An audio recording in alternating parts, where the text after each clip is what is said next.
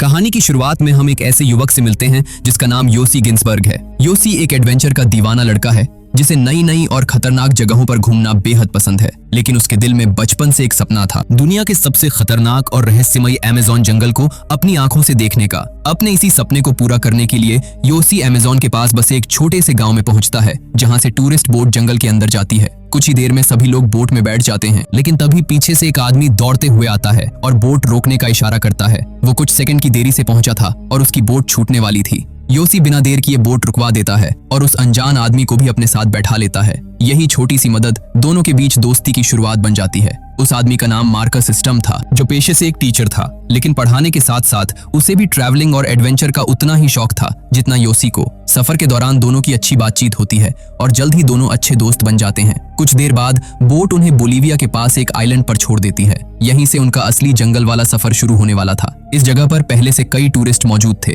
जो अमेज़न की खूबसूरती और खतरनाक जंगलों का अनुभव लेने आए थे। योसी और मार्कस का प्लान था कि वे जंगल के अंदर कई दिनों तक सरवाइव करते हुए दूसरी तरफ से बाहर निकलेंगे। लेकिन इतने बड़े सफर से पहले उन्होंने फैसला किया कि पास के एक छोटे से गांव में कुछ दिन रुककर पूरी तैयारी की जाएगी। इसी गांव में मार्कस का एक पुराना दोस्त रहता था जिसका नाम केविन गेल था। मार्कस योसी की मुलाकात केविन से करवाता है। केविन एक अमेरिकन फोटोग्राफर और एक्सप्लोरर था जो लगभग पूरा साउथ अमेरिका घूम चुका था। जंगलों और अनजान जगहों पर जाना उसकी जिंदगी का हिस्सा था। तीनों की सोच एक जैसी थी। तीनों को एडवेंचर, ट्रैवलिंग और खतरनाक जगहों को एक्सप्लोर करना पसंद था। इसी वजह से थोड़े ही समय में उनकी दोस्ती काफी गहरी हो जाती है। अगली सुबह योसी अकेले गांव में घूम रहा होता है, तभी पीछे से एक अनजान आदमी उसका नाम लेकर आवाज देता है। योसी हैरान रह जाता है क्योंकि उसने उस आदमी को पहले कभी नहीं देखा था। उस शख्स का नाम कार्ल रूपरेचर था। कार्ल सीधे योसी से पूछता है कि क्या वो अमेज़न के असली रहस्य को देखना चाहता है। फिर वो बताता है कि जंगल के सबसे अंदरूनी हिस्से में एक ऐसा आदिवासी कबीला रहता है जिसका बाहरी दुनिया से कभी कोई संपर्क नहीं हुआ।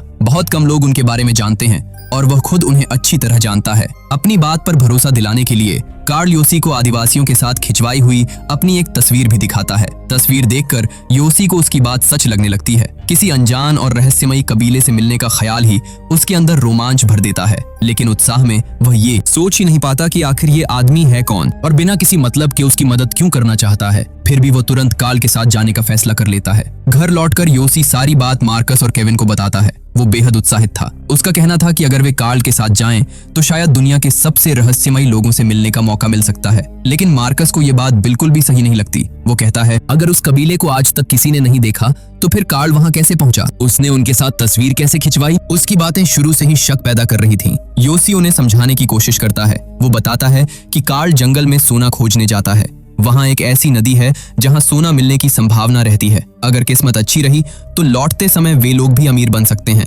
लेकिन ना मार्कस को इस कहानी पर भरोसा था और ना ही केविन को। अगली सुबह तीनों कार्ल से मिलने पहुंचते हैं। इस बार कार्ल अपने साथ जंगल का एक मैप लेकर आया था। वो उन्हें पूरे रास्ते की जानकारी देता है और बताता है कि जिस कबीले की वो बात कर रहा है वो अमेज़न के घने जंगलों के बीच अपोलो नाम की जगह के आसपास रहता है। वहां तक पहुंचने में लगभग 4 से 5 दिन लगेंगे। कार्ल जंगल के रास्तों, नदियों और वहां छिपे खतरों के बारे में इतनी बारीकी से बताता है कि धीरे धीरे मार्कस और केविन का शक भी कम होने लगता है। आखिरकार काफी सोचने के बाद चारों उस खतरनाक सफर पर निकलने का फैसला कर लेते हैं। अगली सुबह वे लोग पूरा जरूरी सामान खरीदते हैं और निकलने की तैयारी करने लगते हैं। तभी कार्ल उन्हें एक बेहद जरूरी सलाह देता है। वो कहता है, जंगल में अगर कभी रास्ता भटक जाओ तो हमेशा नदी का साथ मत छोड़ना, क्योंकि नदी आखिरकार किसी न किसी जगह इंसानों तक जरूर पहुंचाती है। इसके बाद चारों एक छोटे से प्लेन में बैठकर अपने सफर की शुरुआत करते हैं। प्लेन से उतरते ही उनके सामने फैला हुआ था चारों तरफ हरियाली से भरा लेकिन उतना ही खतरनाक और रहस्यमयी अमेज़न का जंगल। अब उनका असली एडवेंचर शुरू हो चुका था। काफी देर तक लगातार पैदल चलने के बाद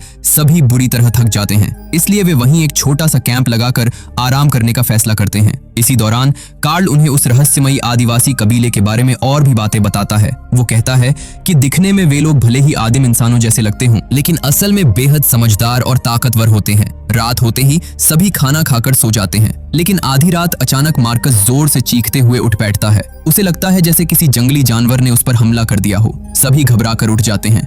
कार्ल तुरंत टॉर्च जलाता है, लेकिन सामने जो दिखाई देता है उसे देखकर सबकी सांस में सांस आती है, क्योंकि वो कोई खतरनाक जानवर नहीं बल्कि सिर्फ एक बड़ी सी तितली थी। अगली सुबह चारों लोग फिर से जंगल के अंदर बढ़ने लगते हैं। अचानक तेज बारिश शुरू हो जाती है और देखते ही देखते पूरा जंगल पानी में भीग जाता है। बारिश इतनी तेज थी कि एक जगह रुकना भी खतरे से खाली नहीं था, इसलिए चारों लगातार चलते रहते हैं। काफी देर बाद जब बारिश थमती है तब वे आग जलाकर अपने गीले कपड़े सुखाते हैं। इस पूरे सफर में कार्ल उन्हें जंगल में जिंदा रहने के कई जरूरी तरीके सिखा रहा था। तभी जंगल के अंदर से कुछ अजीब और डरावनी आवाजें सुनाई देने लगती हैं। कुछ पल के लिए सभी को लगता है कि कोई जंगली जानवर उनका पीछा कर रहा है, लेकिन थोड़ी देर बाद सामने एक स्थानीय आदमी दिखाई देता है जो अपनी गाय लेकर गांव लौट रहा था। वो चारों को अपने गांव आने का न्योता देता है। गांव के लोग शहर से आए मेहमानों को देखकर बहुत खुश होते हैं। उनका गर्मजोशी से स्वागत किया जाता है, खाने पीने का इंतजाम किया जाता है और सभी लोग वहां के माहौल का आनंद लेते हैं। कार्ल को गांव वाले पहले से जानते थे, इसलिए सब जल्दी ही एक दूसरे से घुल मिल जाते हैं। रात गांव में बिताने के बाद अगली सुबह सफर फिर से शुरू होता है। रास्ते में अचानक कार्ल की नजर एक बंदर पर पड़ती है। वो बिना देर किए उस पर गोली चला देता है। गोली लगने के बाद भी बंदर तुरंत नहीं मरता, इसलिए कार्ल पास जाकर चाकू से उसे खत्म कर देता है। ये सब देखकर मार्कस असहज हो जाता है।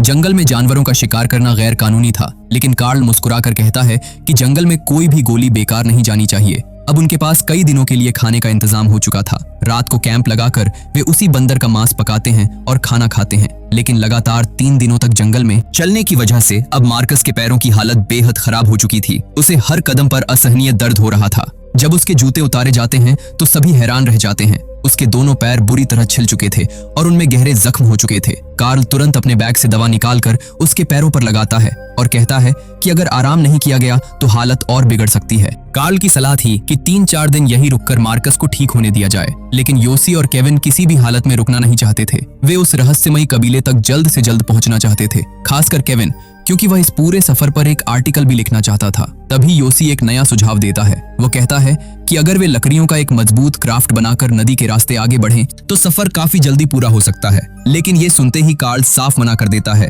कार्ल उन्हें समझाता है कि अभी नदी जितनी शांत दिखाई दे रही है, कुछ दूरी पर उसका बहाव बेहद खतरनाक हो जाता है। वहां क्राफ्ट लेकर जाना अपनी जान जोखिम में डालने जैसा होगा। वो मजाक करते हुए कहता है कि उसे जंगल की मछलियों का खाना बनने का कोई शौक नहीं है, लेकिन योसी और केविन बार बार अपनी बात पर अड़े रहते हैं। आखिरकार काफी देर बहस होने के बाद कार्ल भी मजबूरी में तैयार हो जाता है। इसके बाद चारों जंगल से मजबूत लकड़ियां इकट्ठी करते हैं और मिलकर एक बड़ा क्राफ्ट तैयार करते हैं। सारा सामान क्राफ्ट पर रखा जाता है और वे नदी के रास्ते आगे बढ़ने लगते हैं। शुरुआत में सफर काफी आसान और मजेदार लग रहा था। ठंडी हवा, शांत बहता पानी और चारों तरफ फैला घना जंगल, सब कुछ किसी सपने जैसा महसूस हो रहा था। लेकिन ये सुकून ज्यादा देर तक नहीं टिकता। कुछ ही समय बाद नदी का बहाव अचानक तेज होने लगता है। कार्ल तुरंत सभी को चेतावनी देता है कि अगर अभी किनारे नहीं पहुंचे तो आगे हालात संभालना मुश्किल हो जाएगा। इसके बावजूद योसी और केविन नदी का रास्ता छोड़ने के लिए तैयार नहीं होते। अब तक बहुत देर हो चुकी थी। तेज बहाव की वजह से क्राफ्ट का संतुलन बिगड़ने लगता है और इसी बात पर कार्ल और केविन के बीच बहस भी शुरू हो जाती है।